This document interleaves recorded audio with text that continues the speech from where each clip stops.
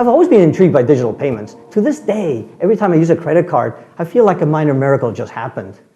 The fact you could go to a store in a very faraway land with a piece of plastic that carries your name that they've never heard and your bank's name that they've never heard, that they actually let you walk away with the goods. That's pretty astonishing. We spend very little time thinking about how money and payments work. We take it for granted. In fact, we only become painfully aware when things don't work the way they're supposed to. When we try to buy an airline ticket online and the payment is not coming through.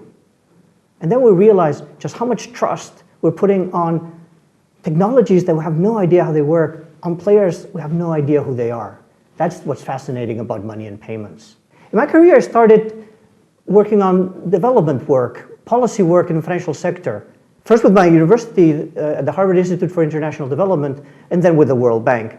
I tended to work on more mainstream financial sector development issues. How do banks grow? What do you do when they fail? And I did that for 12 years, and then I moved to the private sector, worked on technology with Intel Capital, with Vodafone. I was working on mobile and the internet. It was an exciting period when all of this was starting from scratch. I did that for another 12 years. And what I've been doing in recent years is combining these two things. The policy development work for financial sector development with the technology that we now have that is now available to us.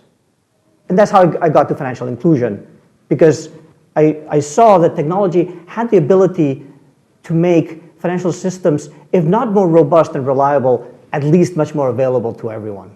It's always been my belief that development is about connecting people. It's not about finding specific solutions for the poor, by the poor, but rather to connect them into what we all have and enjoy, to connect them into the modern economy. And I think digital financial services has that potential.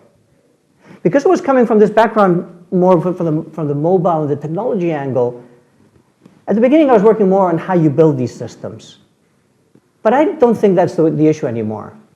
I think the real issue now is, how do you make all this more relevant to people?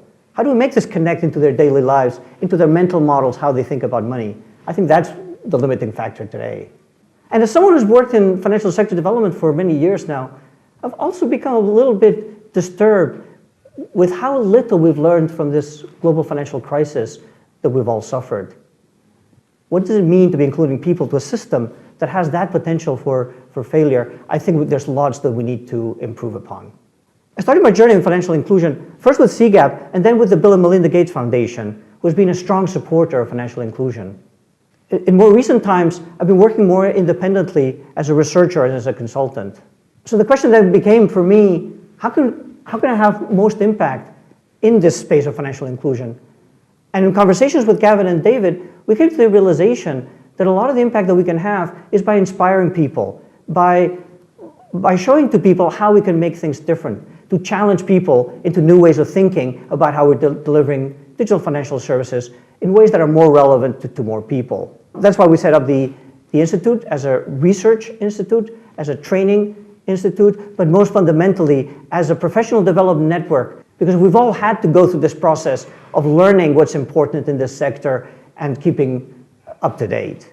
And that's what we aspire to do with the Digital Frontiers Institute.